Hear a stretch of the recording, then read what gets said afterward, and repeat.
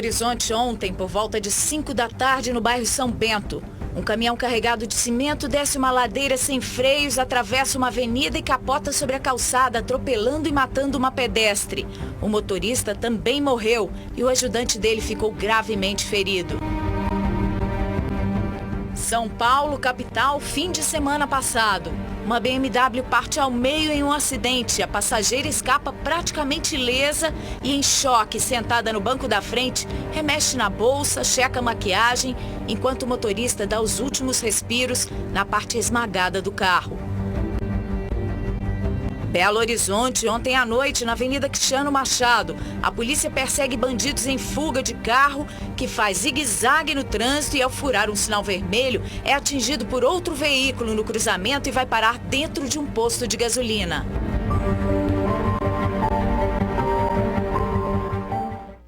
Boa tarde, é a isso que estamos sujeitos nesse trânsito louco, absurdamente violento das cidades grandes.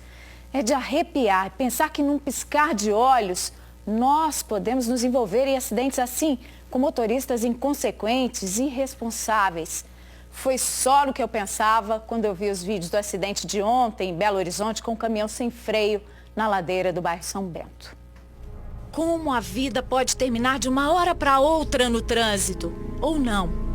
O que determina que esta mulher que caminhava pela calçada exatamente naquele momento ia ser a única atingida pelo veículo desgovernado? O que salvou por um triz estas outras duas pessoas que se cruzaram na mesma calçada segundos antes? Ou por um triz menor ainda, o piloto desta moto? Como é que nesta avenida, Afonso Antônio Cadar, de trânsito intenso, por onde passa um ônibus, veja aí um que passa logo depois da batida, nenhum veículo tenha sido atingido? A conclusão é de que a tragédia poderia ser muito maior.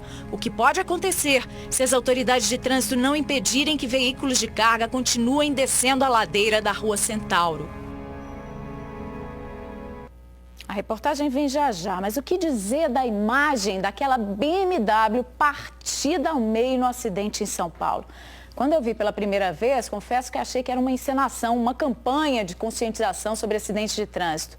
Como é que pode, com o carro no estado em que ficou, essa mulher ter sido poupada de morrer como o motorista que ficou esmagado nas ferragens? A cena é espantosa demais. Ela sentada no banco com toda a lataria destruída em volta.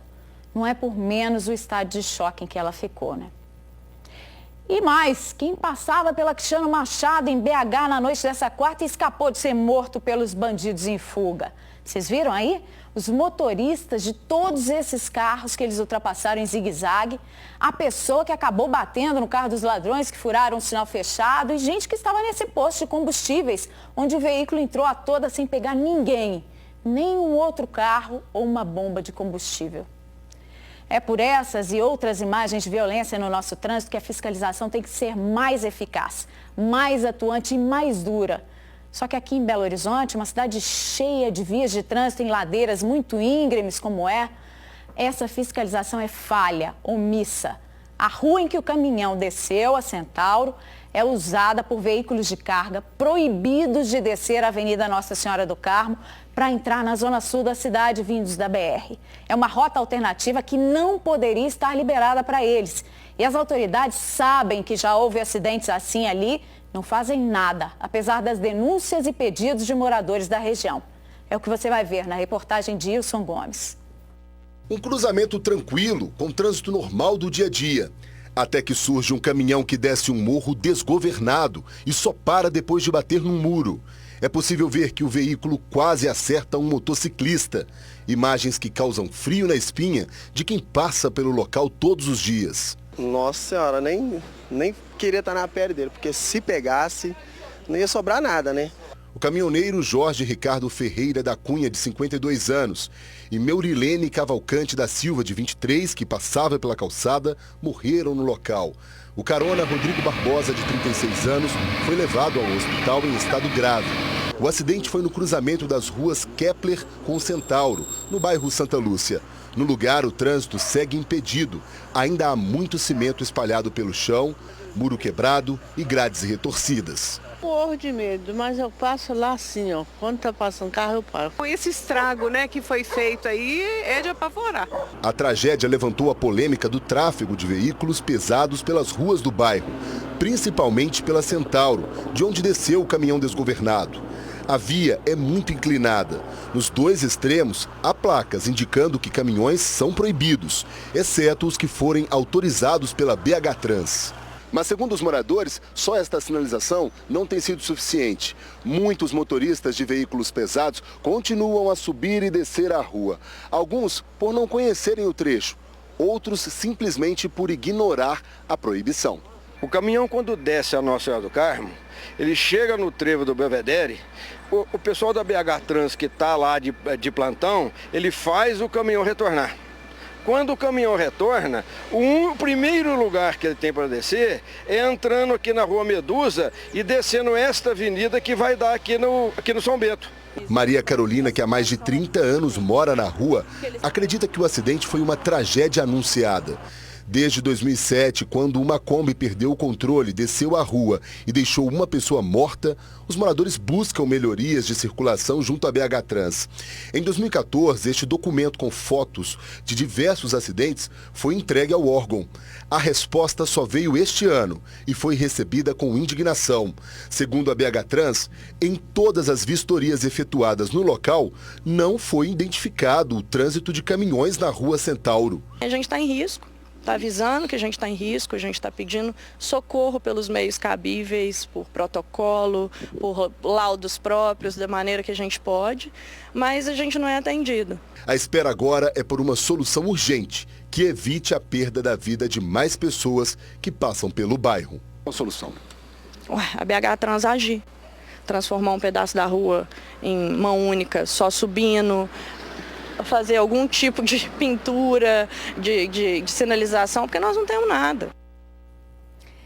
A BH Trans nos alegou que essa via íngreme como a Centauro e outras já tem trânsito proibido para caminhões e acha que a sinalização existente ali é suficiente. Estamos vendo que não é. Os caminhões descem ali de qualquer maneira. É preciso uma atuação mais pesada, uma fiscalização mais firme.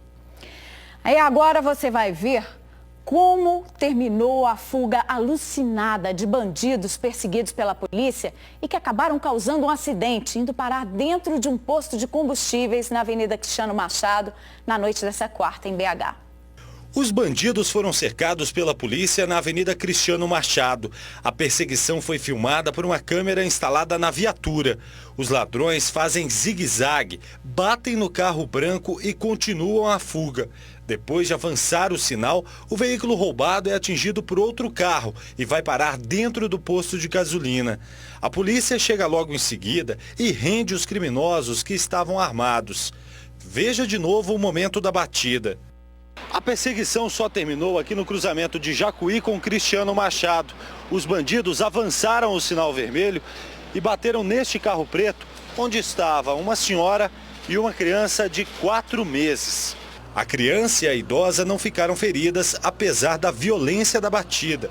Durante a fuga, eles não preservaram a vida de ninguém, a intenção deles era fugir mesmo. E se eles não tivessem batido, a perseguição ainda ia durar muito tempo ainda. O carro marrom foi roubado no bairro São Cristóvão. A vítima, que pediu para não aparecer, chegava em casa quando foi rendida. Com todas as informações que eu passei, em menos de... não deu 5 minutos, eles já identificaram o carro. A gente fica à mercê de tudo, né? À mercê, porque a gente não pode reagir, a gente não pode fazer nada. E a gente luta com a dificuldade. Tem o seguro do carro, né? Mas isso não quer dizer nada perante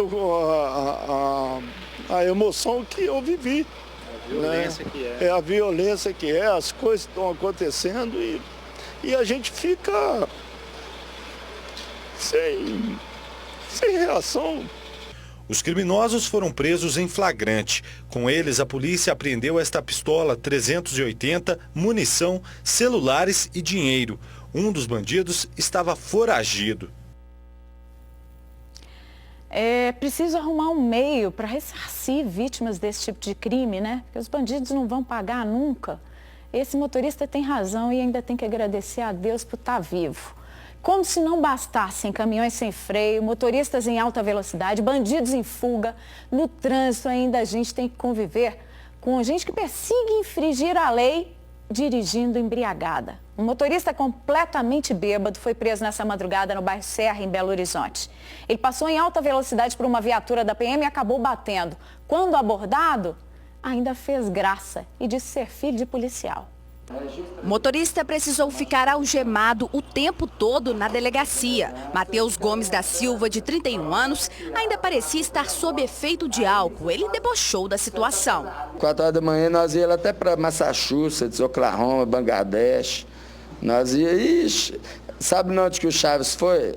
Acapulco, né? Ixi, nós íamos até para Acapulco, velho. O motorista, que é técnico em enfermagem, chamou a atenção dos policiais quando circulava aqui pela Avenida Bandeirantes, no bairro Serra. Segundo os militares, Matheus passou em alta velocidade por uma viatura que fazia patrulhamento no local. Logo em seguida, ele perdeu o controle do veículo e derrubou a placa de trânsito, que ficava bem aqui na esquina. Outros 2 homens estavam no carro onde, de acordo com a PM, foram encontradas garrafas de cerveja. No momento da abordagem, Matheus foi irônico, resistiu para não ser algemado e ainda disse que era para a situação ser resolvida por ali mesmo, já que era filho de militar. O condutor, o Matheus, já completamente alterado, já falando, não, aqui está tudo dominado, eu sou filho do sargento Osvaldo. Liga para ele lá que aqui tá tudo tranquilo, tá tudo dominado, usando esses termos mesmo. Os policiais apuraram que o pai do motorista é mesmo policial militar, já falecido. Segundo as testemunhas, se trata mesmo de militar, mas já falecido. Quando perguntado sobre o pai, mais uma vez, o rapaz fez graça. Esse bobear é seu pai também. Porque meu pai é danadão, velho. Não, meu pai tem um tanto de filho aí, velho. Tem um tanto de filho espalhado aí. Se você bobear, você deve até parecer comigo. O Matheus, ele é uma pessoa muito debochada, como vocês perceberam lá, muito irônico. Ele é arrogante, mal educado, distratou a gente o tempo todo com deboche, falando que não dá nada para ele. Mas em hipótese alguma, a polícia militar vai deixar de tomar providência, mesmo sendo filho de militar. Se ele está errado, ele vai ter que pagar pelo que ele está cometendo de errado. Coitado do pai, que Deus o tenha, e da polícia, que não tem nem culpa disso, né? Olha, gente, vamos falar agora do combate à dengue, em que a população está sendo conclamada a tirar o lixo de casa, não deixar água parada, né, para poder não atrair o mosquito transmissor. Mas quem faz essa campanha para conscientizar, que é o poder público, tem também que fazer a parte dele. De Juiz de Fora veio para a gente uma denúncia de que terrenos da prefeitura descuidados podem estar servindo de local de proliferação do mosquito. Em um deles, uma caminhonete que deveria ser usada no combate à doença está abandonada com a caçamba cheia de água parada. A carroceria da caminhonete está cheia de água. O veículo está abandonado. O mato cresce em volta e quase encobre o carro. Outros 2 veículos estão largados no mesmo local. Uma Kombi sem portas e um carro que, pelo adesivo, era usado no combate à dengue. Agora se tornou num possível criadouro para o mosquito Aedes aegypti. Os veículos estavam no estacionamento da Prefeitura de Juiz de Fora e, segundo o prefeito, já foram retirados. Esses carros foram monitorados frequentemente, então não tinha nenhum problema em relação a esse local. Mesmo assim, os carros foram retirados. Ali era um local de nossa responsabilidade que o monitoramento foi feito constantemente e os carros retirados. No bairro Parque Independência, 2 terrenos preocupam os moradores. O campinho na esquina das ruas dos Imigrantes Italianos e Friseiro está encoberto pelo mato. A vegetação invade a via, não há calçada no entorno. Com o mato alto, a população aproveita para jogar lixo no terreno. Pouco abaixo, no mesmo bairro, um imóvel abandonado virou depósito de entulho e lixo. A construção fica na rua Raimundo Cravo. Os moradores afirmam que a situação está deste jeito há 20 anos. Foi construído com o intuito de ser um posto de saúde, um centro comunitário, até mesmo uma capela mortuária aqui do bairro. Sendo que passou-se anos e ficou essa obra aí no bairro abandonado. Várias secretarias já cientes dessa situação e a gente está aguardando deles resposta. O problema vai além do abandono do imóvel. A laje acumula várias poças d'água, possíveis criadouros do mosquito Aedes aegypti. O foco de dengue está tão grande que a prefeitura não está cuidando dos seus próprios imóveis, né? A gente pede para todos os moradores zelarem pelos seus imóveis, deixar limpo. E a prefeitura, com seus imóveis, deixa desse jeito. Não dá. Foi identificado nessa noite o corpo da 18ª vítima do rompimento da barragem de Fundão, em Mariana. Ailton Martins dos Santos, de 55 anos, era funcionário da Integral Engenharia, que prestava serviços para Samarco. O corpo foi encontrado ontem dentro da cabine de um caminhão-pipa. O veículo foi achado durante as escavações feitas por militares dos bombeiros de Ouro Preto, perto da chamada tomada d'água. O local fica a 800 metros abaixo da área do rompimento da barragem. Ao todo, 19 pessoas morreram na maior tragédia ambiental do país há pouco mais de 4 meses. O corpo de Edmilson José Pessoa, funcionário da Samarco de 48 anos, continua desaparecido.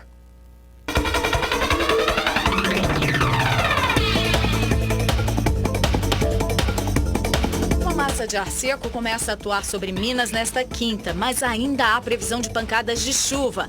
Apenas em cidades do Noroeste, Triângulo, Alto Paranaíba, Campo das Vertentes e Sul. Na Grande BH e demais regiões do estado, o tempo fica ensolarado a parcialmente nublado. Em Belo Horizonte, a temperatura chega aos 30 graus. Em Poços de Caldas, aos 25.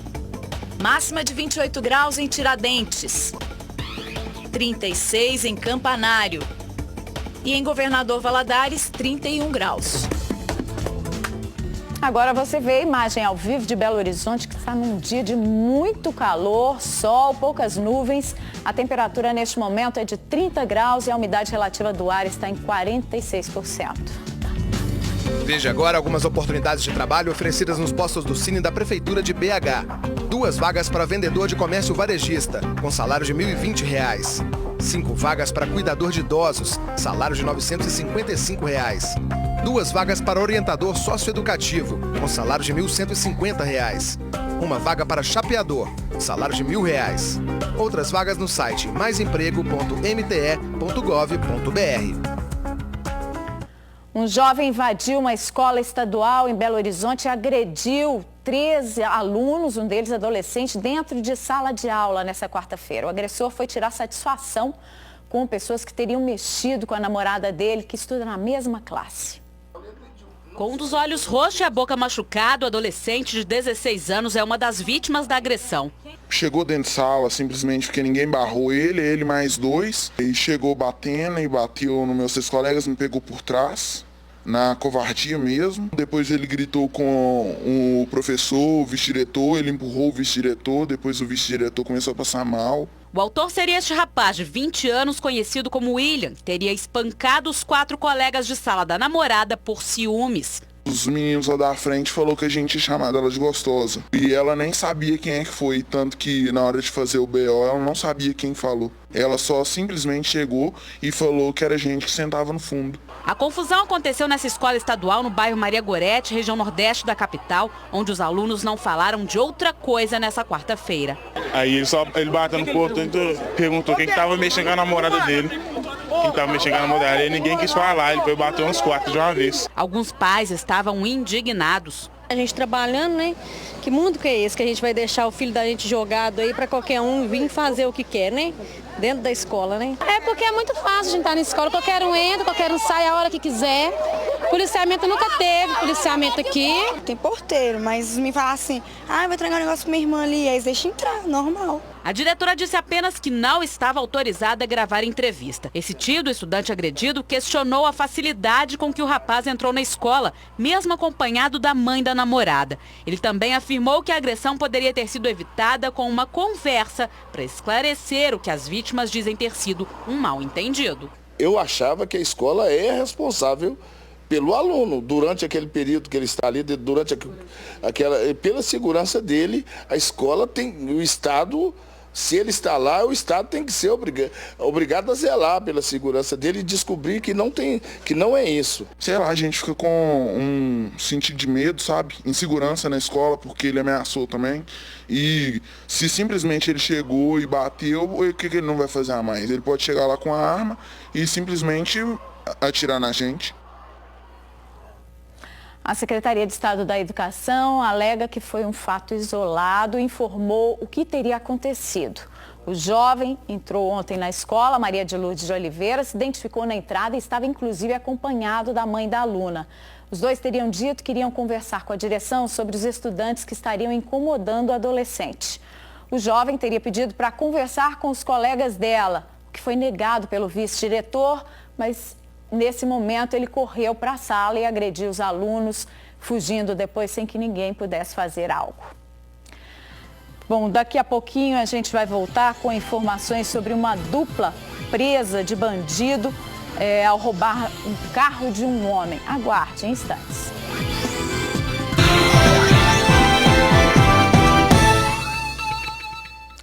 Dois bandidos foram presos depois de tomarem de assalto o carro de um motorista que buscava a mulher numa faculdade no bairro Vila Clores, em Belo Horizonte. Eles confessaram à polícia que trabalham para um receptador de Vespasiano, que é quem encomenda os assaltos. Fala assim, desce do carro, desgraçado, senão eu te mato. E aí também ele me puxou para eu sair do carro, porque eu fiquei meio sem reação, ele foi e me puxou. O funcionário público tinha ido buscar a mulher dele na faculdade, que fica perto da Avenida Cristiano Machado, no bairro Vila Clores. Igor Francisco de Castro, de 19 anos, e Davi Jonas Moreira, de 23, ameaçaram a vítima para levar o carro com este revólver calibre 38. Mas o que os bandidos não contavam é que uma viatura da PM passaria pelo local logo depois do crime. Logo depois veio uma viatura, aí eu pedi socorro para essa viatura e eles pegaram e abordaram os dois. Os policiais perseguiram o carro roubado e prenderam Igor na direção do veículo. Com a ajuda da população, Davi, que tentou escapar, foi detido dentro de um ônibus do MOVE Metropolitano. Nós conseguimos interceptar esse coletivo, conseguimos localizar ele dentro do coletivo, estava suado e muito ofegante. E passageiros também nos apontaram quem seria o indivíduo dentro do ônibus. E sendo assim, nós conseguimos lograr isso e prender esse segundo indivíduo que fugiu e recuperar a arma de fogo utilizada no assalto.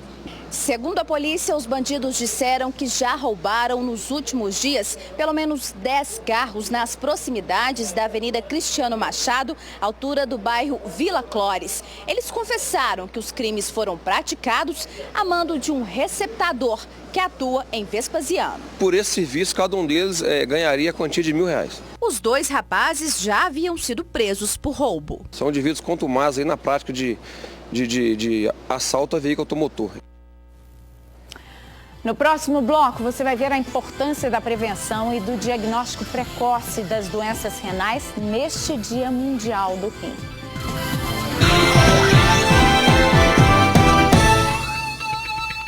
Hoje é o Dia Mundial do Rim, o órgão responsável pelo equilíbrio de água e sais no nosso corpo, além da eliminação de substâncias metabolizadas pelo organismo. Os médicos alertam para a importância da prevenção e do diagnóstico precoce de doenças renais.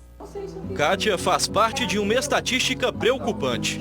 Uma em cada 4 mulheres entre 65 e 74 anos sofrem com a doença renal crônica. Nos homens, a incidência é de 1 para cada 5 pessoas. Para a aposentada, a luta contra o problema já dura 12 anos. É um tratamento difícil, que não é impossível para quem é forte. Mas para quem é fraco, não aguenta o tratamento. Tem que ter uma dieta alimentar muito severa, porque a gente tem os índices de potássio e fósforos aumentado, e isso a gente corre risco de vida com potássio. E a alimentação, ela é assim, substancial para você ter um tratamento eficaz. Dados da Sociedade Brasileira de Nefrologia revelam: a insuficiência renal atinge 10% da população no mundo. Só no Brasil, cerca de 100 mil pessoas fazem diálise para tratar o problema. A boa notícia é que tudo isso pode ser prevenido. A dica vem da campanha do Dia Mundial do Rim, que alerta: a prevenção começa ainda na infância. De acordo com este médico, as crianças devem ser incentivadas a manter hábitos saudáveis. Quem já chegou à fase adulta precisa tomar mais cuidados. Um bom controle da hipertensão arterial, a cessação do tabagismo, né, um controle dietético também, porque a obesidade está relacionada, e um uso consciente, às vezes, de algumas medicações, como anti-inflamatórios e analgésicos, são fatores que vão ajudar a prevenir a insuficiência renal e, com isso, né, numa fase mais tardia, prevenir também a ocorrência do câncer de rim. Os resultados para quem ignora as recomendações podem ser graves. Quem possui a doença renal crônica tem mais predisposição a desenvolver um câncer de rim.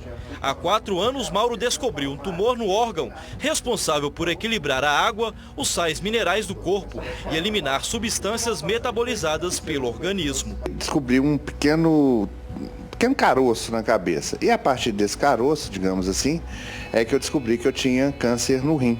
Não tive uma metástase, tive 2.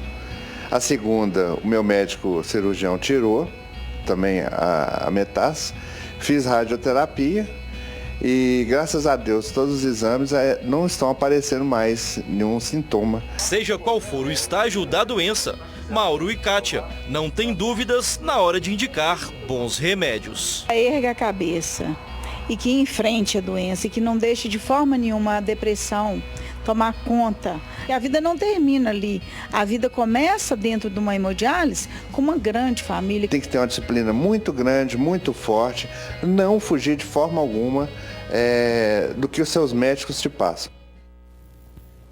Continue conosco que daqui a pouquinho tem TV Verdade. E outras informações você confere nos nossos noticiários da noite em todo o estado.